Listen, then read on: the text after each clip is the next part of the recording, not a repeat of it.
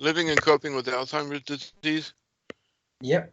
Okay, yeah, this is just this is actually one of my blogs. It's got a bunch of schema on it. So here's the little schema scraper we've got, and what it does is it pulls all the schema that it can find in the page, and then you can copy it and use it yourself. For example, let's see, that's an image. There's an image. Let's grab the article. Okay, now you're getting this.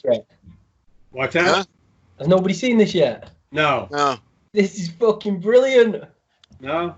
Your first eyes on it, my friend. Yeah. So what it'll do is it like with your schema plugin, Mike. They could just copy this stuff and then paste it into whatever. Straight into the JSON LD section. Is that the JSON LD that has been pulled in? Yeah. Yeah. So this is what it looks like coming in. You got to wrap it with the JSON if you're pulling this, because it's just pulling the elements. Okay.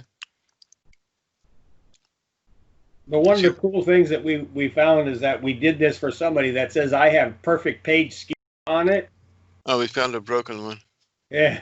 So it found a broken link in his perfect page schema. Seriously. Yeah.